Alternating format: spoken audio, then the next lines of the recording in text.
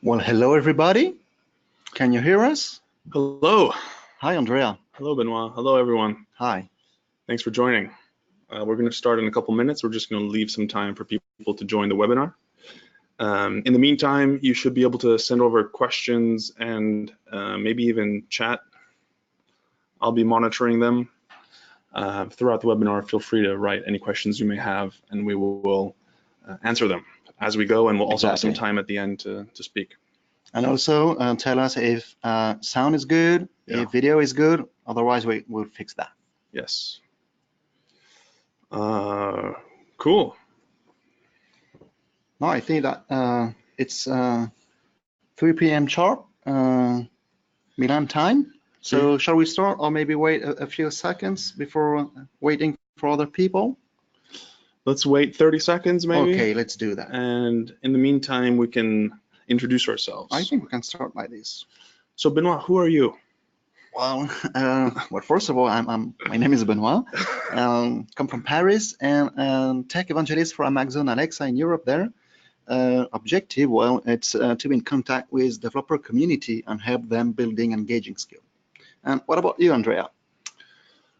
My name is Andrea, and I am also a tech evangelist based here in Italy. Benoit, Herman, who's based in Spain, and myself, we cover Europe, and we try to make sure that developers have as many resources as possible. Our goal is to help you build skills, really. Yes. We're here for you guys. And today we're going to talk about account linking. Account linking, correct. This feature has been available for quite a long time. There have been a few evolution recently, and really also some of you might heard about it, might know about it, but really today it's to cover like 3 things. Typically understand what account linking is, when, it's not exactly why, but maybe when to use it and why not to use it, quite important. And then after, typically to have a better understanding about what the workflow is. Actually, it's not what the workflow is, it's what the workflow are, because we will see that there are different type of workflow. Yeah. So basically, you walk away from this webinar knowing how account linking works, when you should use it, and what different types there are. Yeah, exactly. So before we continue, again, I'm just going to repeat it one last time since there's a lot of people joining in the last minute or two. Feel free to shoot us a question anytime you want. There should be a tab in the in the tool to send us questions, and we will try and answer them as we go. Cool. So let's get started. Well, let's do it. Well, in that case, Andrea, we can start by having like a one-liner definition, meaning if somebody who did not say what account linking is, how would you describe it? Well, obviously you can read it, but based on all of that, what it means actually. So account linking to me is, how do we take a random user ID that you get when you build a skill and a user uses your skill? How do you get that random user ID to match to another user ID of another system, of another service, right? So how do you link the skill person, the skill user, with whatever service you want to tie it with? Exactly. But that's how I see it. Yes, typically, because by default, a skill is simply about user ID. It is something which means that a user is anonymous to you, and you want to have more information about the user. And that's all about, actually. So that is all what you have to remind about. Then after, when we get that, typically we're talking about identity. We're talking about linking data, but actually what type of data can we link? Well, first of all, think about that. The data is not coming from Alexa itself. Either it is personal information, subscriptions, or also, for example, payment information. Here we're not talking about ISP, for example. We're not talking about using some APIs. We're talking about you guys have somewhere a database with identity, and you are building a skill, and you want to link the information you do have with your skill. So typically it means that you would be using all this type of information. when we write, it really depends. It means it depends on the type of information you do have at hand. So let's go one forward, and yes, this one is quite interesting, actually. Yes. So there's a lot of use cases where knowing the user's random ID is not enough, right? So here maybe we can spend a little bit of time of when is the user ID enough and when isn't it enough, right? Yes, exactly. So if you build a Alexa skill game and a user joins the skill, enables it, plays it, and wants to save their high score and play it multiple times over the course of, you know, a year, then you don't need account linking. You just need to store that random user ID and know when that user comes back. You don't need to know who they are. You don't need to know, you know, what their email address is, unless you need it for some other reasons. But with these use cases that you see below, like connected devices, media content, transportation, these are use cases where you need to actually tie that user to the backend service. So if we take the example of Uber, if we take the example of Domino's Pizza, if we take the example of Foodora, right? When you ask Alexa to order something or to book you a ride or to connect a smart light or something, right? Alexa needs to know what account is being used, which credit card to bill. You know, all these things are stored in the backend service. Which light to use, actually. Yeah, exactly. Which light to use, and those are saved in your account. So the skill needs to authenticate with the backend service. And these are just a couple examples of when you may use account linking. There's actually a bunch of other ones, but let's say these are the most popular ones. Yes, but it's also to give you an idea and to extend your current customer journey by using voice. And typically, the Foodora example, I do like it because it was the way actually Foodora thought about how to introduce voice into their business, and they thought that actually by analyzing all their metrics, they realized that, well, actually there is one thing that happens all the time on our mobile app, which is after an order has been placed, all customers do get to the mobile app of Foodora to see what is the status of this order. It is a friction in the sense that you have to take your mobile phone, locate the Foodora app, and see what is the status. Whereas if you are using voice, by simply using a one-shot utterance like Alexa, ask Foodora what is the status of my order, it is done by ease, actually. So that is something that could be great for you to develop, typically as a brand, for example. Yeah. With that said, another random example, right? Let's say you're trying to voice enable your code deployments. Oh yeah. Right. You need to maybe log in using GitHub, GitLab, Jenkins, any CI/CD framework you use, and check on those, but it needs to authenticate with your backend account. Anyways, exactly. Let's keep going. So typically here it was just to give you a few examples. We already talked about it. Of course, IKEA and Philips, it's just to enter more into the connected device world. Remember, for connected device, you need to know which device, for example, to turn on and turn off. We're speaking about lights. So it is something that we must have as an account linking. It is not Alexa, it is actually turning on or turning off the light. It is the developer cloud that is doing this operation. So that's why we need to know which light on which account this operation shall be done. And that's why when we consider account linking, typically it's a feature. And you do know that in terms of skills, we do have different type of skills.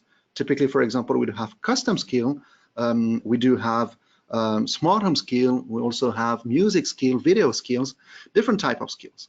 So for pre-built model, it is mandatory that you use account linking. Typically, you need to know which light to turn on or off. Now, with regard to custom skill, that is optional. And it's optional at two different levels, actually. Either you decide, same thing as for smart home, for example, you want to ensure that all the use case provided within your custom skill requires account linking, so you set up account linking at skill activation level. Otherwise, another possibility is, well, actually, within my custom skill, I do provide, for example, 5 use cases that are represented with 5 intent, And out of these 5 intent, let's say, for example, to order a taxi, only the order taxi intent is concerned about the account linking process.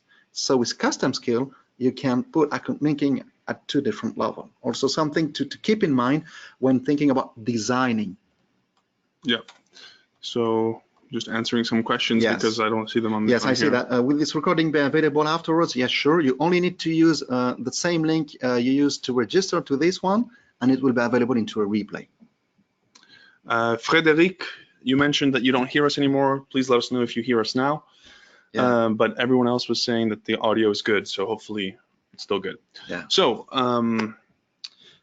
yes, we're talking about whether it was required or not. We've been talking also about the use cases, but also one thing to keep in mind is actually, shall I be using account linking? Exactly. This one is not critical, but it's very important. So it used to be that you needed to use account linking for anything related to personal information. Exactly. Right? Because it was the only thing available. But things have changed now. Exactly. So over the last couple of years, and over the last year especially, we've launched a couple interesting things. So for example, the user profile API. The user profile API allows you to just ask with a card permissions to access the Amazon stored credentials of that user. So for example, the name, first name, last name, the phone number, the email. And the email. And that's it. And that's it.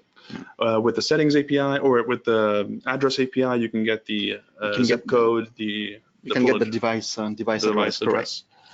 So there's a bunch of information that you can get without needing account linking, especially if all you need is an email, right?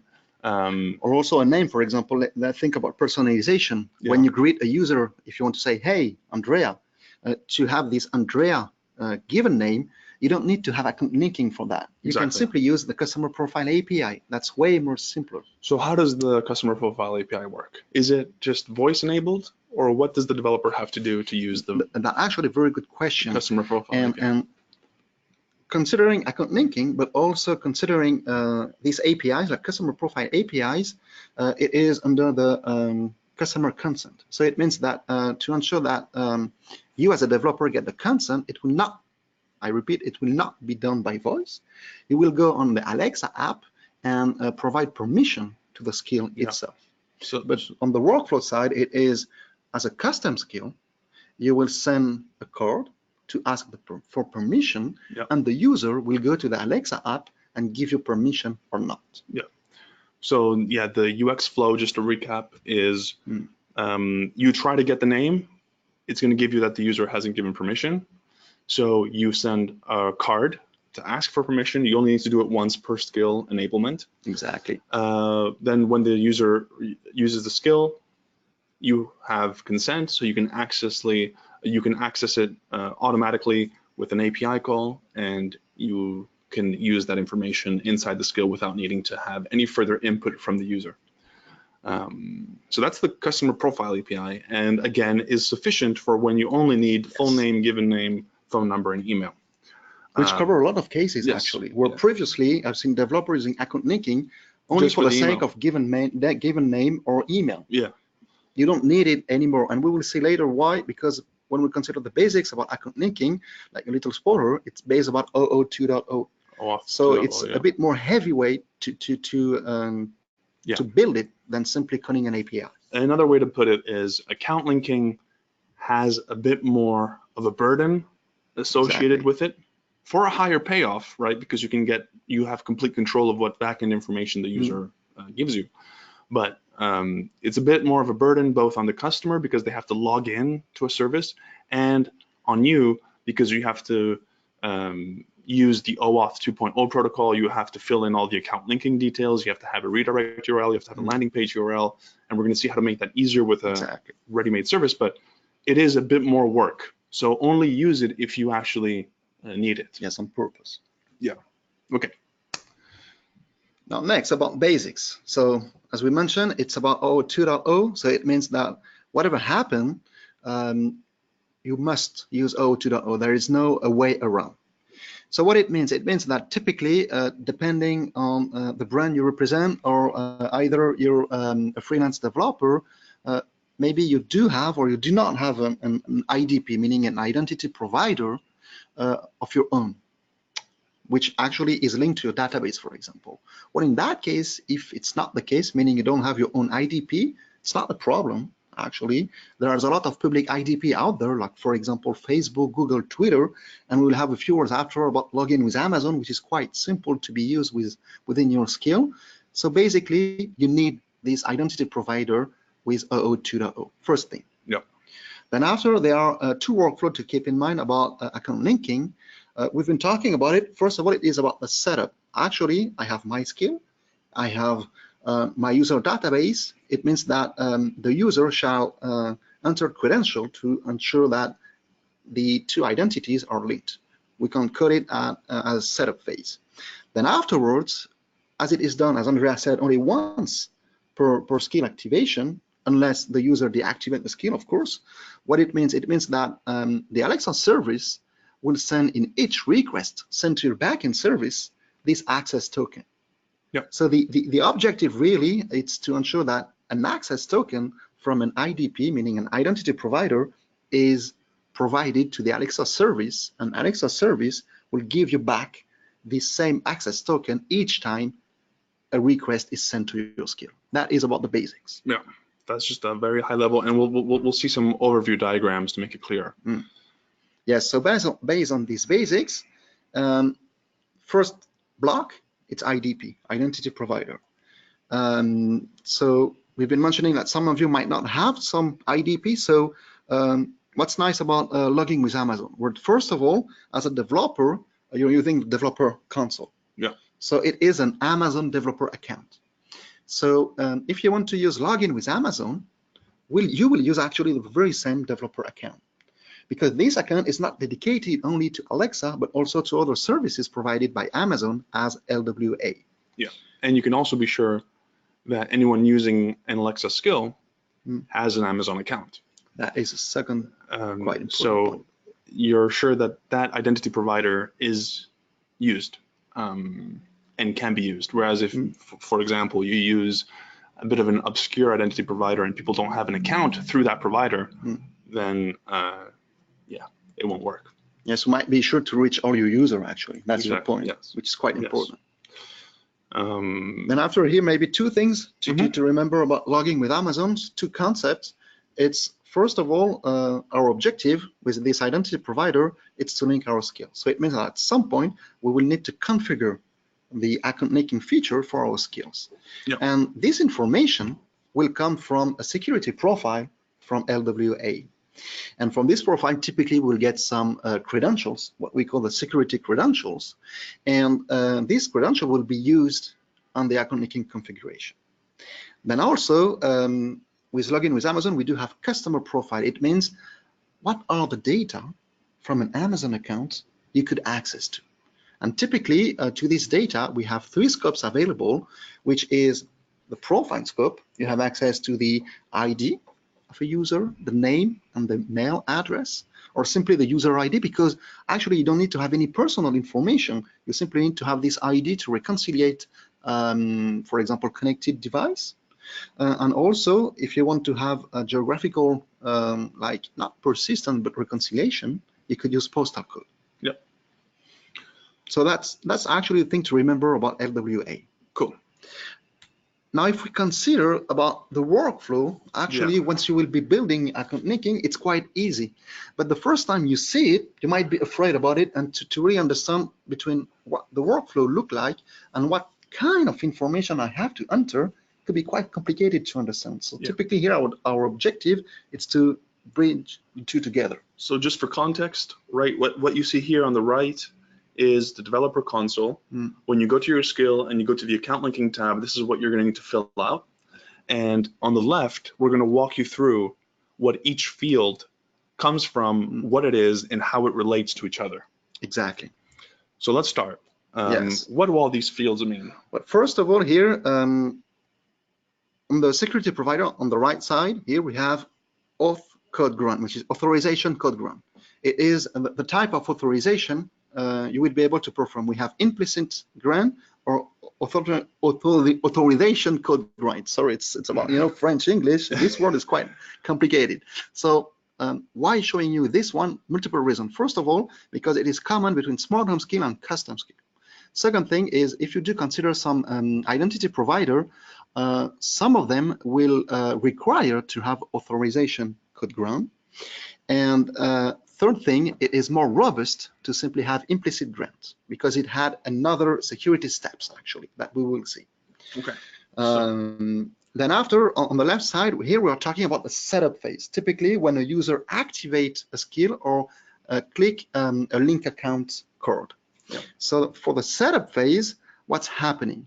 So we start with the user. We start with the user, right. And the user actually, when he say link my skill, enable Uber, or enable Uber, for example. And Uber says, you know, to use the skill, please link your account, exactly. check your Alexa app, blah, blah, blah. Then what happens? Well, in that case, the request is sent to the Alexa service. Alexa service say, okay, actually the user want to link their account, so it starts the OAuth process, and will send the user a redirect address, a URL actually.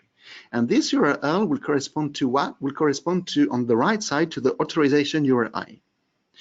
With this authorization URI, the objective is to call what we call the authorization server of the IDP. And this URI will be associated with some query parameters which correspond to the client ID that have been created. Here in our case, it's login with Amazon, so in our security profile. It will also add the scope, meaning what information I want from the user, which data, and also the redirect URL. We will see afterwards that the IDP, if he does grant us access, he will need to redirect the information to the Alexa service. And we will see in the second phase why it is used. But why are there 3 redirect URLs? Yes, good question. Actually, for the Alexa service, we have 3 geographic endpoints. One for North America, one for Europe, and one for Far East. That is why typically we do have 3 redirect just for URL. optimization purposes. Exactly. And typically here, what it is on the right direct URL, what it is hidden correspond actually to my vendor ID. Yeah. So it will be your Amazon account vendor ID. Yeah. And how does a user get a client ID? So client ID and client secret, they do come from the security profile from login with Amazon. Yeah. So typically you're on the developer portal, and when you go on login with Amazon, you will create a security profile and you will see client ID and client secret available to you. Yeah. One thing which is quite interesting also with a question is that typically on this profile for login from Amazon, for authorization code run, the security profile will ask you for redirect URLs, which actually you will not write by hand, but you will pick from this very screen you see on the right. So the account linking configuration here will generate the redirect URL that you will copy paste on your security profile on login with Amazon. Yes, quite important. Yep. So that is just when actually the login page is presented to the user, and then after, when the user enters credentials, what happens?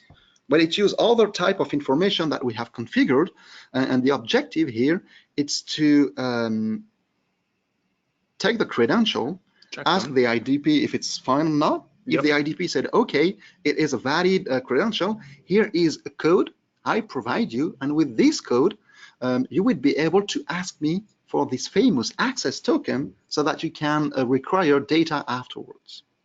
So the IDP sent us an authorization code, and what we do is that we use this authorization code and call this access token URI. And on this access token URI, we'll say, well, actually, I do have this authorization code. I have a client ID, I have a client secret, I have an authentication chain, and that is how you will forge your HTTP request and send it to the IDP. Then if everything is fine, the IDP will provide back to the Alexa service the access token. And that's it. The setup phase is done. Yeah.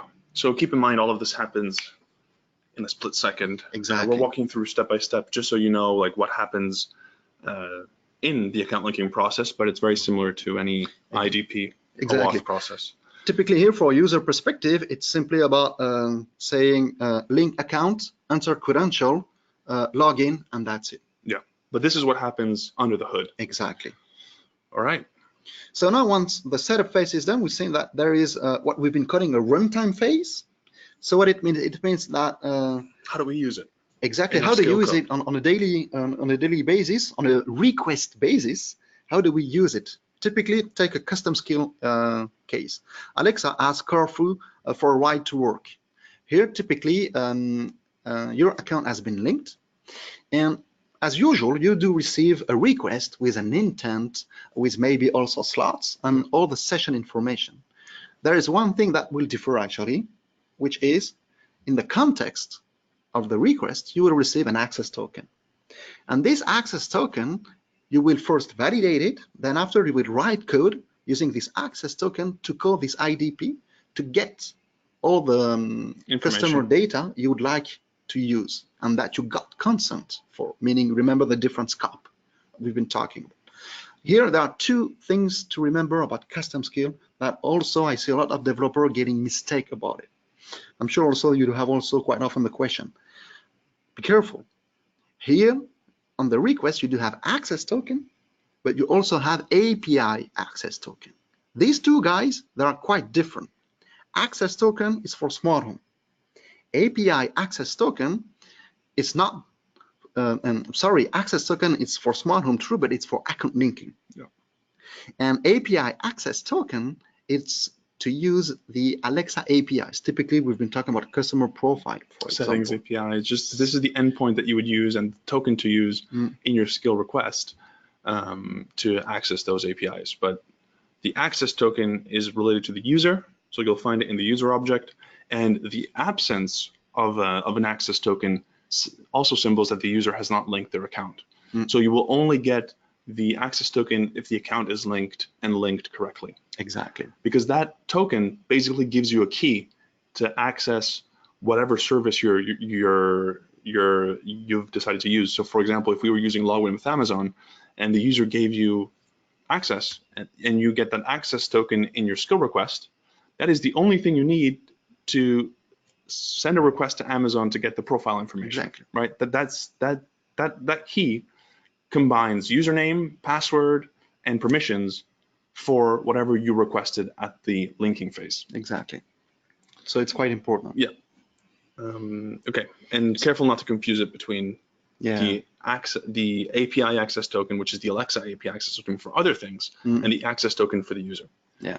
Typically, also there used to be a deprecated also property, which is the consent token. Also, this one, just forget about it and use the API access token, which used to be actually a mixed also of it. So just forget about this one if you do see it either in documentation or in your code. So here's a question for you, and then maybe we can also check some questions just to make sure that people who are asking. But first, a question for me. What about the access token? Will it last forever? Well, that's actually a very good question. Well, first of all, if a user deactivates a skill, the access token will die. Yeah. When I say it will die, it will be no more usable from a user perspective, but also from a skill perspective, meaning that it will be invalid. And if a user reactivates a skill, he would need to go again the setup phase for account linking. Yeah. So that is one thing. But then also talking about access token. Typically, access token, they can have expiration time, expiration period. And previously, we've been talking quite previously, of course, but about a different type of authorization grant, meaning either it is implicit grant or authorization code grant. In implicit grant, it's quite difficult to say it in English. Implicit grant, actually, you will associate your token with an expiration. So it's good and it's not good. It's not good because actually, if the token expired, what happened? It happened that it could be equivalent that the account linking setup phase does not serve to anything and needs to be redone. Whereas for the authorization code grant, the expiration might not be required. Yeah. So let's look at a couple questions just to make sure that we're yes, it works. Great, Frederic. I still have to make a decision between customer profile API and account linking. So David Curley asks, still have to make a decision between customer profile API and account linking, because customer may use a different email address with the backend service than with Alexa. So that's a good point. Yes, that's something that you may need to double check. So when you're using Login with Amazon, as David correctly mentioned out, you're depending on the email that the user decides to log in with. So it doesn't necessarily have to be the device address or the, let's say, the account that's being used for that device, but it could be a different Amazon account. It could be a different Amazon account, but it has to be the right one, right? So if your emails are completely different, so for example, if you're using a work sort of skill, right, and people need to log in with their work emails, then login with Amazon won't work, right? Not because it won't work, but it will not fit the use case actually. It will not fit. It'll work. You just won't be able to match user. Yeah, so that's a very good quick question, David. Ralph, is the phone number email to be associated via the API verified? Well, it's Amazon account information. It's the Amazon account information. So it's as verified as the user has decided to put it in. Afterwards, do you mean if there are some steps that Amazon does in terms of check? Yeah, I think so. I think the phone number is the one used that the user also uses to register their Alexa app, and that is verified, at least in the registration phase. But also typically think about the shipping address, and typically when you add a shipping address, that will also come, for example, with a zip code. And when you do enter like a shipping address for Amazon, which will afterwards in Europe will be taken as your default address, it is verified in the sense that if you do enter something which is incorrect in terms of city plus the zip code, actually Amazon will ask you, do you consider that it is the right one, or I propose you the other one? But then after, for your name, if you want to call you Mickey Mouse instead of Benoit or Andrea, well, that is something that is not controlled. Yeah. And then David Curley also asks, is it possible to link user accounts on more than one backend service? Not out of the box. So what you're asking is, can people choose between different identity providers, or can you log into more than one account? For the first one, that is, you can. You can, but you have to make your own wrapper. You have to make your own wrapper and to say, okay, I want my user to be able to use either Facebook, Twitter, Google, Amazon. Exactly. That is possible. Yeah. Then after, if you do consider to link user account to more than one backend service, well, I would say it will be a yes and no answer, in the sense that think about login with Amazon. About logging with Amazon, and if you'd like to do that, typically it means that you would like to reconciliate user ID. Yeah. If you have, for example, one Andrea in one backend service, you want to ensure that Andrea is the same in another backend service, for example. Yep. That will be possible if you are the same company, because when you will do login with Amazon with this actually security profile, it will tell you, yes, actually, the user ID is the same for this one. Now, let's say that, for example, there are two different companies that have two different backend services. I do connect with one company as Andrea, and I do connect Andrea to another company. Even though it is login with Amazon, the user ID will be different for the two companies, meaning for the two security profile created. Yeah. So that's why I'm saying it's a yes and no question. Different company, no. Same company, yes. Yeah.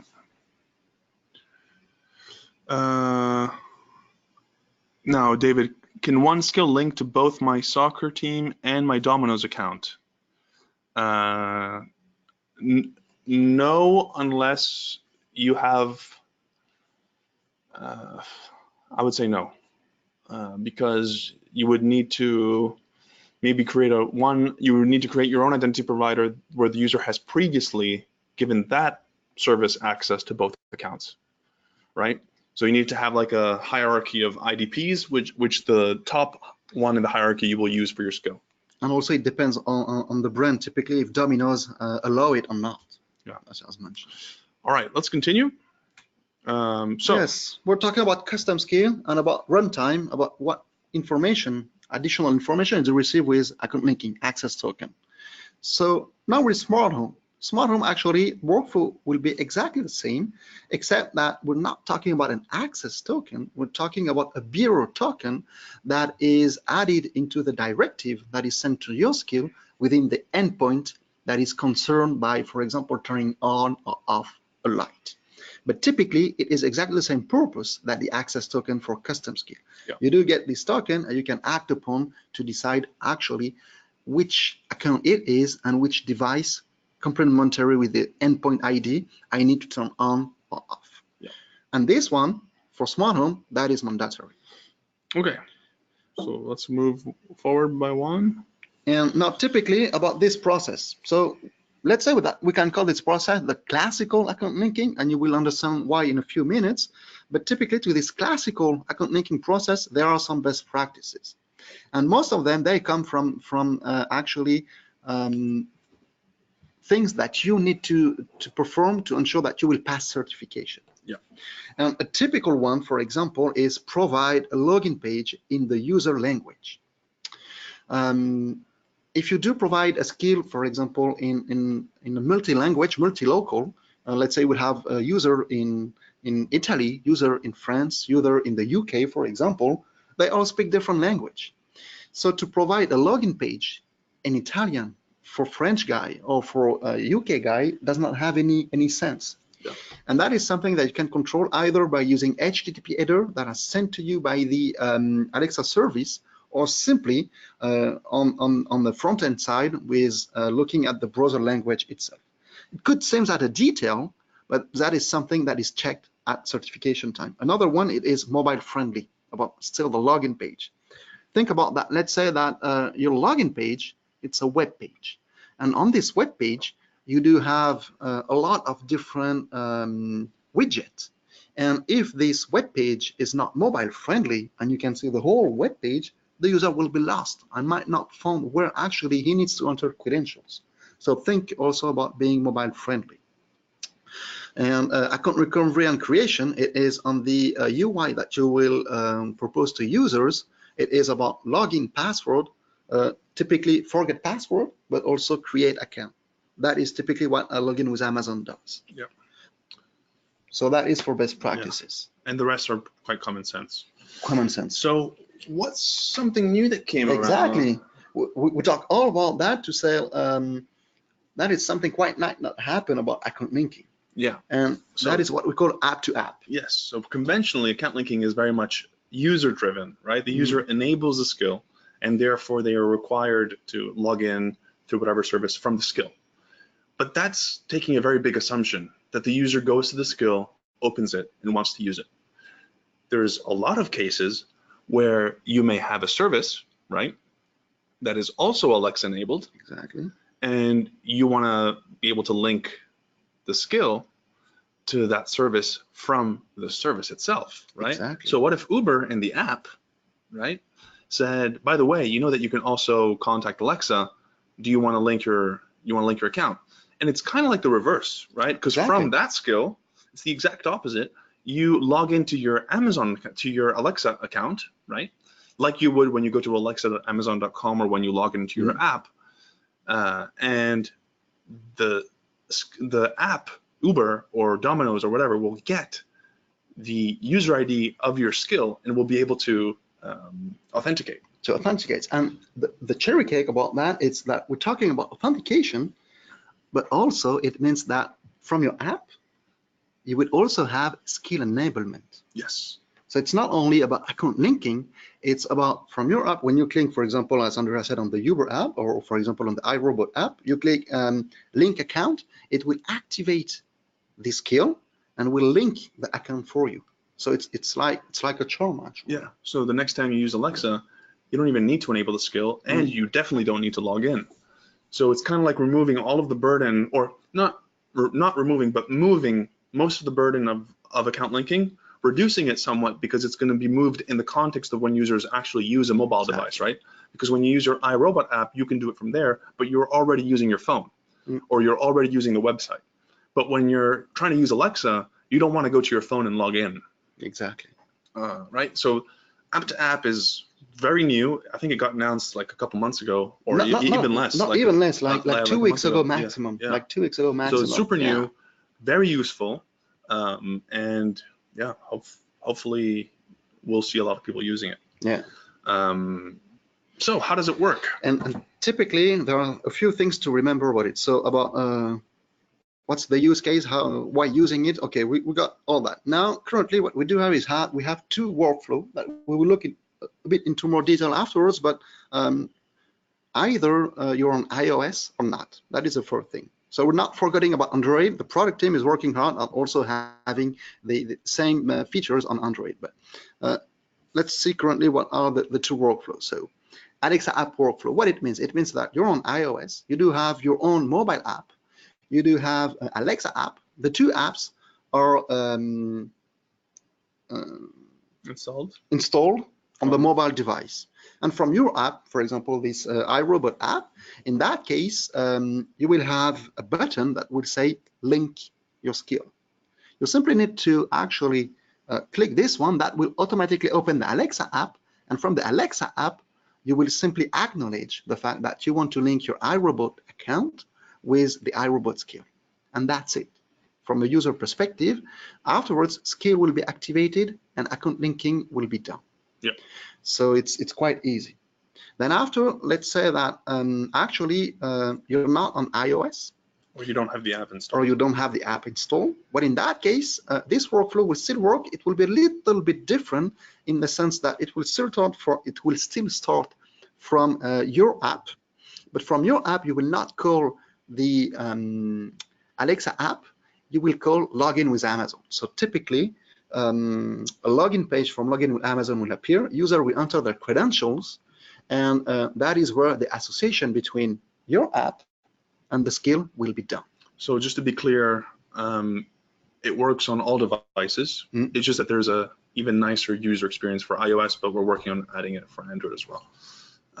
But yeah, so just to be clear, it does work on Android. It follows the second flow. Yeah, so for Android, second flow login with Amazon. Okay. But now also one thing to remember here, it's for this workflow, it does not mean that it will replace what we've seen so far into the account linking configuration. Remember the authorization URI, the client ID, client secret, all this information, you still need to enter it, and it will still correspond to your identity provider. So it is still based out of 0.2.0. It's like that, as Andrea mentioned, the workflow is a bit reversed. Yeah. That is for the setup phase, which actually app to app make a big difference. Then after, on the runtime, exactly the same thing. You will receive an access token or bidder token from Alexa service. So let's move ahead. So typically, just to give you a bit more understanding about how the workflow is different. So it will start from your app, could also be your website actually, but let's take the mobile app use case.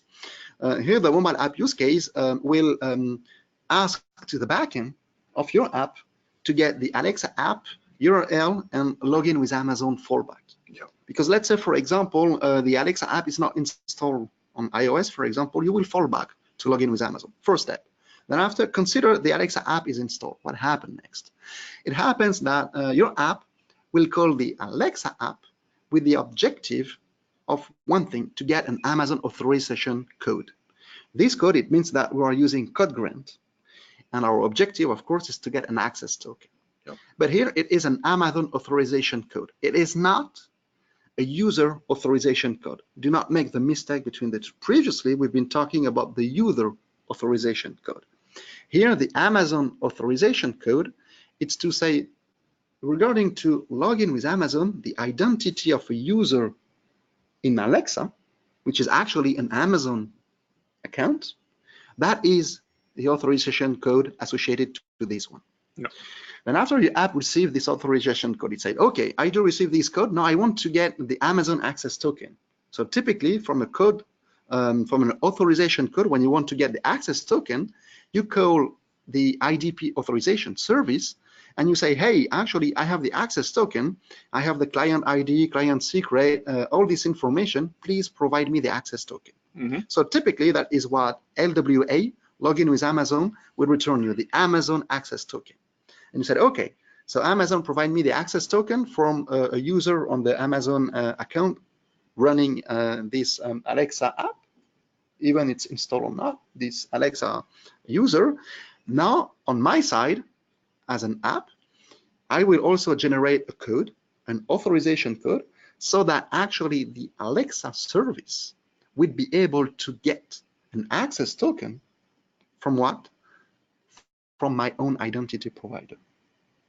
So that's why here, do not get confused between the Amazon authorization code and the user authorization code. Ultimately, the objective is to ensure that the Alexa service do get your access token from your IDP, so that at runtime, you will be still receiving this access token. And the objective to use the Amazon access token and your authorization code is to ensure that when the Alexa service is called, Alexa service will be able to activate the skill and to link your accounts. And then when you start using the skill, it's going to be exactly the same. And typically what it means that here, if you had time to read into more details, to activate the skill, there is actually a dedicated API for that, which is a SMAPI API, Skill Management API, a new one that comes with App2App, which is Skill Activation API. Yep. Cool. And typically, let's say that the app is not installed, or you don't have access because you're on Android or web, for example. But in that case, same thing, except that you will be proposed a login with Amazon login page. Yep. But typically, same concept, same behavior. All right. Then after, in terms of development for App2App, well, typically you would have different things. First of all, on your mobile app itself, you need to do a little bit of setup of configuration. Yeah. Well, first of all, you want to make sure that people know that it exists, right? First of all. So you want to make sure that there's the option in your app, maybe close to the account settings. You know, usually in the app there's a hamburger menu. You can click that and it opens your settings. Maybe at the bottom you can link your account with Alexa with a nice logo, and just make people aware that it's possible. That's step number 0. Exactly. Now, step number 1. Then after step number 1 from your app, it's to have typically, that is what we've been talking about. I'm sorry, I was looking at the question, that's why I got confused. It's okay. So that afterwards, typically, you would still need to do the account linking configuration. Okay. That is one thing. Yep.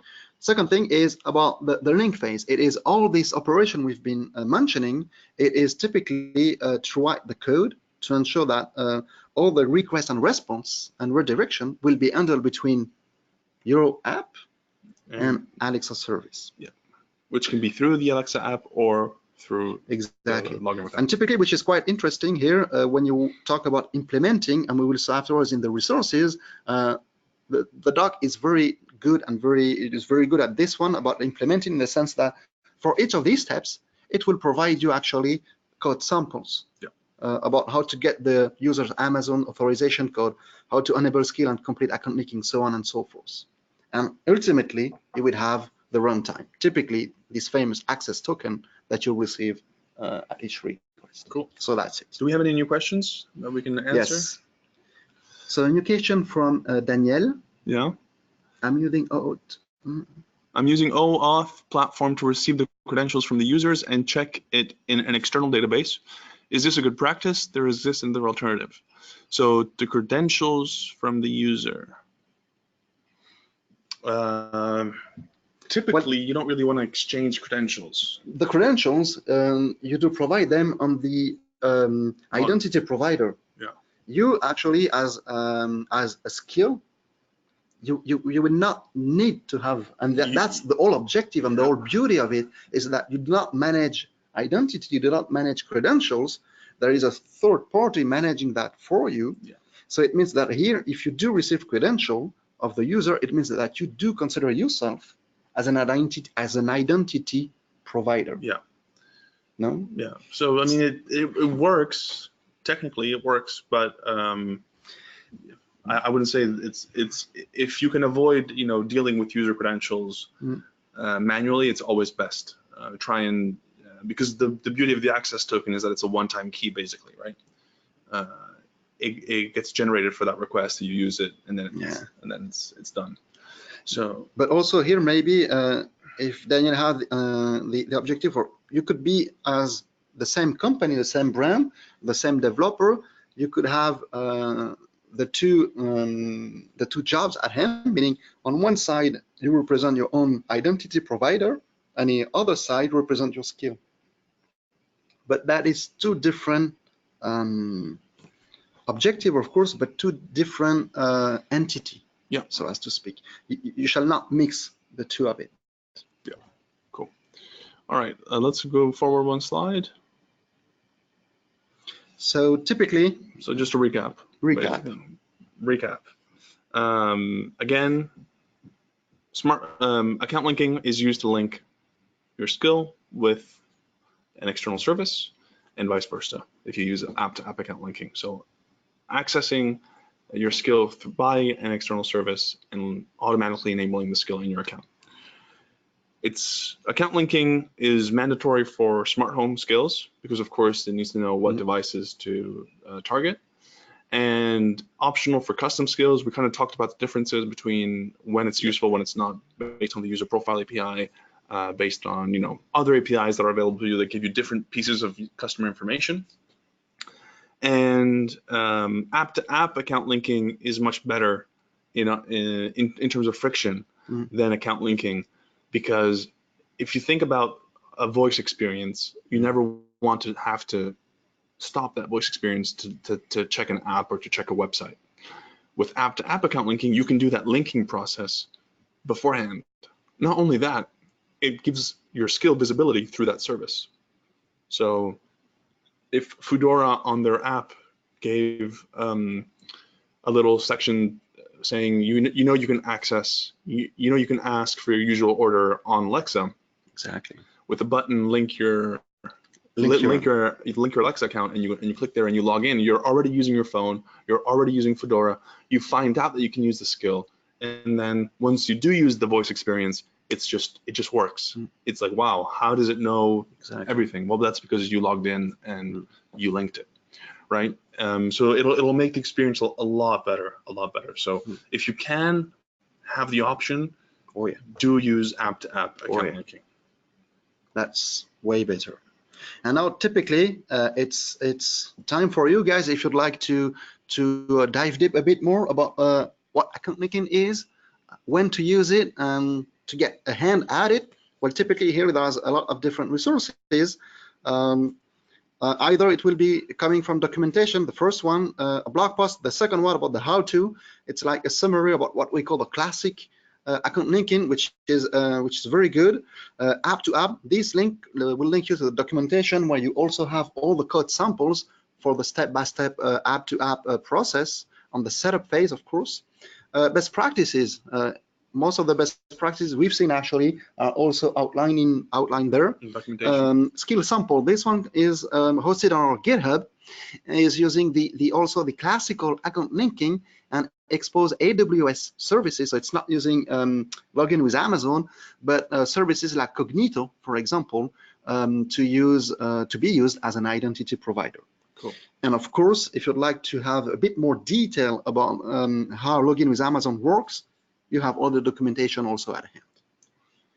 So we can maybe look if there's more questions. Yes. What do you think about that? Yes, let's look at questions. In the meantime, I'm only putting this slide so that if you want to reach out to us on Twitter, you have our Twitter handles. But now we're going to answer some questions.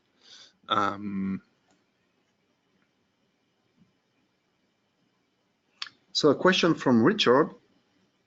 For normal account linking or classical, any recommendation on how to customize the authorization URL page for third-party IDP?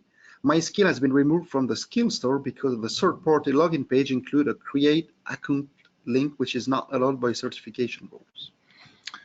I've heard developers. I've heard at least one developer, maybe. I don't think it's the same one, but complain about this. So unfortunately, it depends on the third-party IDP. I can't give you a firm answer on yes or no, but I will try and find out. I'm gonna I'm going to try and I'm going to write down your name so that we know who to follow up with. And yes, and also typically for general recommendation, as you could see on the best practices, it is to ensure that you do have your logo. I have found also that there are some developers that were just redirecting to a third-party IDP where it was exposed like not part of actually their brand. So there is something that also need to be relevant, even more when you do represent the brand, so that it's not like a blank login page. That is something which is obvious. Also, at some point, some information might come from other domains, and if you do remember correctly, for the account linking configuration, there was right before the redirect URL, there was a domain list. Typically, when there are information that are coming outside of the authorization URI that you've been mentioning, you could add the domain here also to ensure it will work correctly. But it's aside from Richard's question. It is because we're talking more or less about the same subject that is. So Richard, I'll try and find out and get back to you. I'm the manufacturer of IoT devices that are all connected to AWS IoT Core and want to enable customers to connect their devices to Alexa by using a smart home skill. Can you recommend a mechanism to pair the physical device at the customer's home with Alexa by using login with Amazon? The customer should only be able to link to the device at his home. Well, typically here, I think that if you do go on our github.com, so we'll just talk about, there is a sample and a bit more about how to, github.com/Alexa, there is a repo which is Alexa Smart Home. That is where you will find samples about smart home skill and how to link in, typically using login with Amazon. Yeah. Then afterwards here, thing is, you want to ensure that physical device register a customer by Alexa using login with Amazon. So what it means that I think that also typically that was IKEA was doing. Yeah. So it means that if you're exposing IDP being login with Amazon within your skill, it means that actually outside of your skill, when a user create an account into your cloud services, this account will also be using login with Amazon, correct? If you are using two different IDP, it won't work. So it means that on two sides, you will have login with Amazon on my right-hand side, on your cloud services, and on my left-hand side, you will have also login with Amazon on your skill. And afterwards, what you could be using is to use the user ID. We've been mentioning that within the security profile, the objective of using login with Amazon might not be the fact that you want to use the name or you want to use the zip code or email. Simply, you want to have an ID to ensure that you will get reconciliation. So you can base that on this fact. Then by David, if user disables and re-enables a skill, is it a new enablement, right? That is correct. Does a skill see this as an unlinked user? Yes. And I have to request linking again? Yes. Yes. So keep in mind, anytime a user disables a skill, it's like the user never used it before, right? When they re-enable it. New user ID, new everything. So disabling the skill, going to your app and disabling a skill manually kind of like removes any sort of history that you ever used that skill. And when you do re-enable it, if you do, that is correct, it'll regenerate a new user ID. So yes. And also one thing which, if I may, one thing which is also interesting, if you want to have a little bit more detail about actually when account linking has been activated and when account linking is deactivated, think about using the skill messaging API. Yeah. Within the skill messaging API, of course, you also need to get permission, but you will receive requests when actually a skill is activated, where account linking is activated, where account linking is deactivated, where a skill is deactivated. So you can see the skill messaging API as a set of hooks that will notify you anytime specific skill lifecycle events occur, including login, so account linking, account unlinking. Exactly. So we have to wrap up because we are using a meeting room that is being booked right now. So thank you very much for watching. Please reach out to us on Twitter if you have any further questions, and hopefully it was useful, and see you in the next webinar. Yeah, see you in the next webinars. Happy coding with account linking. Bye-bye. How do we...